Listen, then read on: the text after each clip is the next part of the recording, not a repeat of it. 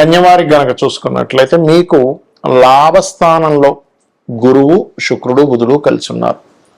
లాభంలో ఈ 3 గ్రహాలు కలిసి ఉంటూ ఇక్కడ సప్తమ శని, షష్టమంలో బుధుడు, రాహువు, అదేవిధంగా మనకి రవి దశమంలోని వ్యయంలో కేతువు, భాగ్యస్థానంలో కుజుడు సంచరిస్తున్నాడు. మరి ఈ 3 గ్రహాలు జూన్ 23వ తేదీ నుంచి జూలై 5వ తేదీ వరకు కలిసి ఉంటున్నాయి. తదుపరి బుధుడు మళ్ళా మిథునంలోకి వెళ్ళిపోతాడు, సింహరాశిలోకి శుక్రుడు వస్తాడు.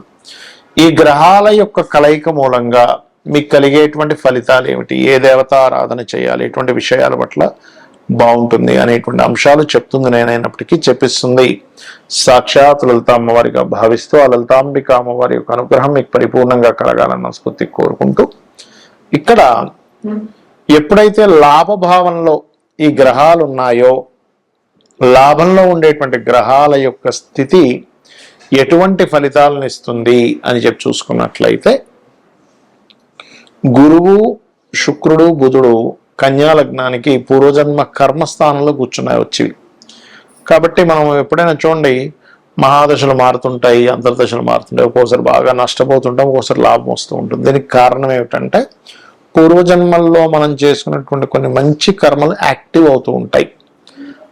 ఇలా ఎప్పుడైతే మీకు చంద్రరాశిలోకి అంటే మీ లగ్నం నుంచి ఏకాదశ స్థానంలోకి శుక్రుడు, గురువు, బుధుడు ముగ్గురు వచ్చి కూర్చున్నారో పూర్వజన్మ కర్మ విషయంలో కొంత పాజిటివ్ ఫలితాలు కూడా వస్తాయని మనం ఎక్స్పెక్ట్ చేయొచ్చు.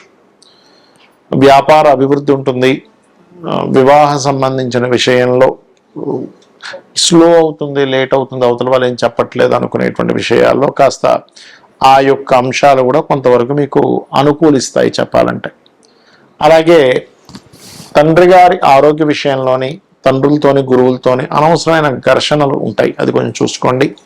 కాకపోతే ఏదైనా కొత్తగా ఇన్వెస్ట్మెంట్ చేసే విషయంలో మాత్రం ఖచ్చితంగా 100% చూసుకొని చేయండి. ఎందుకంటే ఇక్కడ ఈ దశమం అంటే భాగ్యస్థానంలో ఉండేటువంటి కుజుడు 12వ భావంలో ఉండే కేతువుని ఎప్పుడైతే వీక్షిస్తున్నాడో, ఇది జీవిత భాగస్వామితో కానీ, తండ్రి గారి ఆస్తి విషయంలోని, మరియు గురువులతోని లేనట్లయితే సుపీరియర్స్తో కూడా గొడవలను ఇస్తూ ఉంటుంది. ఇది అంటే మీకంటే మీ యొక్క జాబ్లో హయ్యర్ సుపీరియర్స్ ఉంటారు, వారితో కొంత ఘర్షణ అనేటువంటిది ఇస్తుంది ఇది. కాబట్టి ఈ విషయంలో చాలా జాగ్రత్తగా ఉండండి. ఇక మీరు నిత్యము చేయవలసినటువంటి దేవతారాధన వెంకటేశ్వర స్వామి యొక్క ఆరాధన చేయండి. ఈ గ్రహాలు ఏవైతే ఈ రవి, శుక్రుడు, గురువు, బుధుడు 3 గ్రహాలు కలిసి పంచమ స్థానాన్ని, 3వ భావాన్ని వీక్షిస్తున్నాయో, ఇది కొంచెం అన్నదమ్ముల నుంచి కొంత సహకారం లభించడము, సంతాన అభివృద్ధి అవ్వడము, సంతానము ఎప్పటి నుంచో వాళ్ళ యొక్క కెరియర్లో అభివృద్ధి అవ్వట్లేదని బాధపడేటువంటి వారికి ఈ యొక్క గ్రహస్థితి ఖచ్చితంగా సంతానాభివృద్ధిని ఇస్తుంది. ఇక్కడ మనం గోచారంలో ఉండేటువంటి గ్రహాల యొక్క స్థితిగతుల గురించి మనం మాట్లాడుకున్నాం ఇప్పటి వరకు. కానీ మన జన్మజాతకంలో కూడా గ్రహ కలయిక అనేటువంటిది ఉంటుంది.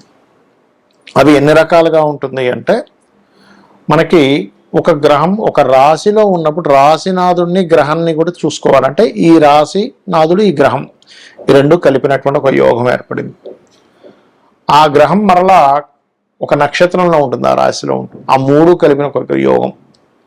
అలా కాకుండా ఇంకో గ్రహంతో కలిసి ఉంది అనుకోండి, అప్పుడు ఆ 4 కలిసిన యోగం. అంటే రాశి, నక్షత్రము, ఇంకో గ్రహంతో. అలా కాకుండా మనకి 2 గ్రహాలు 3 గ్రహాలతో కూడా కలిసి ఉంటాయి. అష్టగ్రహ కూటమిలో కూడా పుట్టిన వాళ్ళు ఉంటారు. అయితే మరలా అవి లగ్నాన్ని బట్టి ఏ ఏ గ్రహాలు ఎక్కడెక్కడ ఏ ఆధిపత్యం పొందాయో దాన్ని బట్టి రిజల్ట్ అనేటువంటిది ఉంటుంది. అయితే ఈ విషయాన్ని మీకు ఎందుకు చెప్తున్నా అంటే, ఇందులో మనకి శుభగ్రహాల కలయిక, క్రూర గ్రహాల కలయిక అని 2 విధాలుగా ఉంటుంది.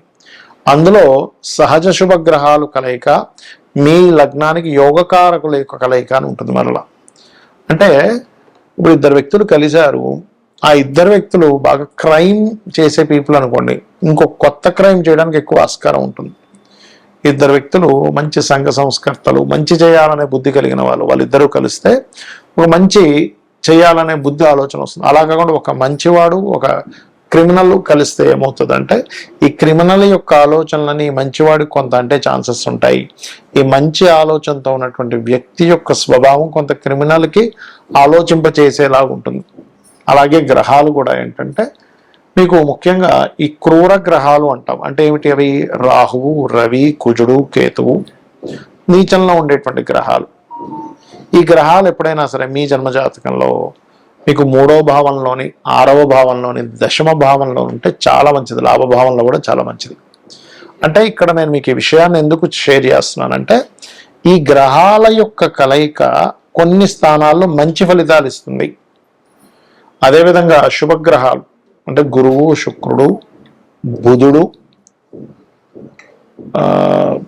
పూర్ణచంద్రుడు ఇవేవైతే ఉంటాయో ఈ గురు, శుక్ర, బుధ, పూర్ణచంద్రుడు అనేటువంటి గ్రహాలు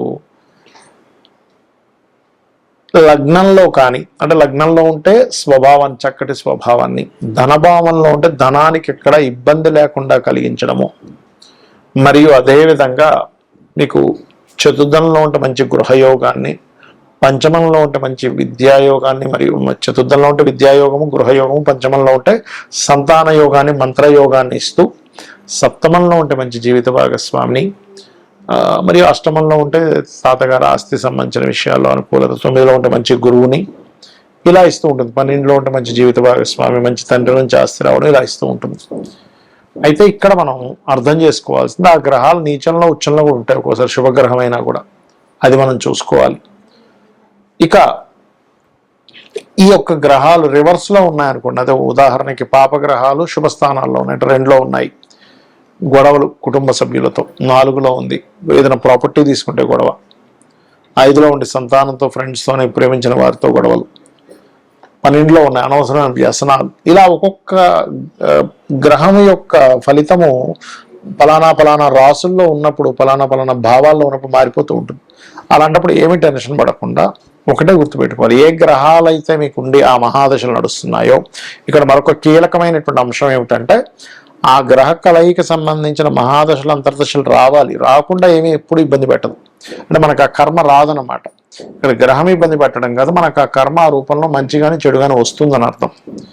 ఆ మహాదశలు, అంతర్దశలు వచ్చినప్పుడు మాత్రమే మీరు దాన్ని అర్థం చేసుకోవాలి, ఆలోచించాలి, దానికి సంబంధించిన రెమెడీ చేసుకోవాలి. అంటే దానం ఇవ్వడము, ఆ మంత్ర సాధన చేయడం చేస్తూ ఉండాలి. సో అయితే ఈ గ్రహాలు ముఖ్యంగా మనకి 3 గ్రహాలు గోచారంలో కలిసినందుకు దేశకాల పరిస్థితుల్లో కూడా అనేకమైన మార్పులు వస్తాయి. మనం గతంలో చాలా కాలం చెప్పుకుంటున్నాం ఏమండి, మీకు ఈ యొక్క ధనపరమైనటువంటి విషయంలో అంటే రూపీ యొక్క రూపం మారనుంది అని చెప్పుకుంటున్నాం, అటువంటి వాటివి, మరియు విపరీతమైనటువంటి వర్షాలు, విపరీతమైనటువంటి ఎండలని చెప్పుకున్నాం. అదేవిధంగా విపరీతమైన వర్షాలు, ఎండలు కూడా పెరుగుతాయి, యుద్ధ సంబంధించింది పెరుగుతుంది, మరియు ఈ ప్రయాణ సంబంధించిన విషయాల్లో జలప్రలయాలు, భూకంపాలు పెరుగుతూనే ఉంటాయి మనకి. కాబట్టి ఈ నదీ స్నానాలకు వెళ్ళినటువంటి వారు, ఈ నదుల దగ్గర, సముద్రాల దగ్గర, అంటే నీటికి దగ్గరగా నివసించేటువంటి వారు చాలా కేర్గా ఉండాలి ఇప్పుడు ఉండేటువంటి కండిషన్స్ వల్ల. కాకపోతే 2 శుభగ్రహాలు వెళ్ళి కలిసినందుకు కొన్ని ప్రదేశాల్లో భూముల యొక్క రేట్లు పెరగడము, కొత్త వాహన సంబంధించిన విషయాల్లో కూడా కొంత అప్గ్రేడ్స్ రావడము, మరియు విద్యా సంబంధించిన విషయంలో కొన్ని ఎటువంటి మార్పులు అంటే విప్లవాత్మకమైన మార్పులు రావడము, కోర్టులు ఇచ్చేటువంటి తీర్పులు కూడా అసలు ఊహించం, ఏంటిది ఇలాంటి తీర్పులు ఇస్తుంది ఏంటి కోర్టు అనేటువంటిది. కొన్ని సెక్షన్స్ని జనాలకు ఉపయోగపడేటువంటి కొన్ని సెక్షన్స్ ఉంటాయి. అంటే ఏంటి, రిజర్వేషన్స్ క్యాన్సిల్ అనుకోండి, ఇలాంటి హై లెవెల్లో అసలు ఎవరు డేర్ చేయలేనటువంటి ఇవి గవర్నమెంట్లు తీసుకురావడం కూడా మనకి జరుగుతుంది ఈ యొక్క గ్రహ కలయికల మూలంగా. శ్రీమాత్రే నమః.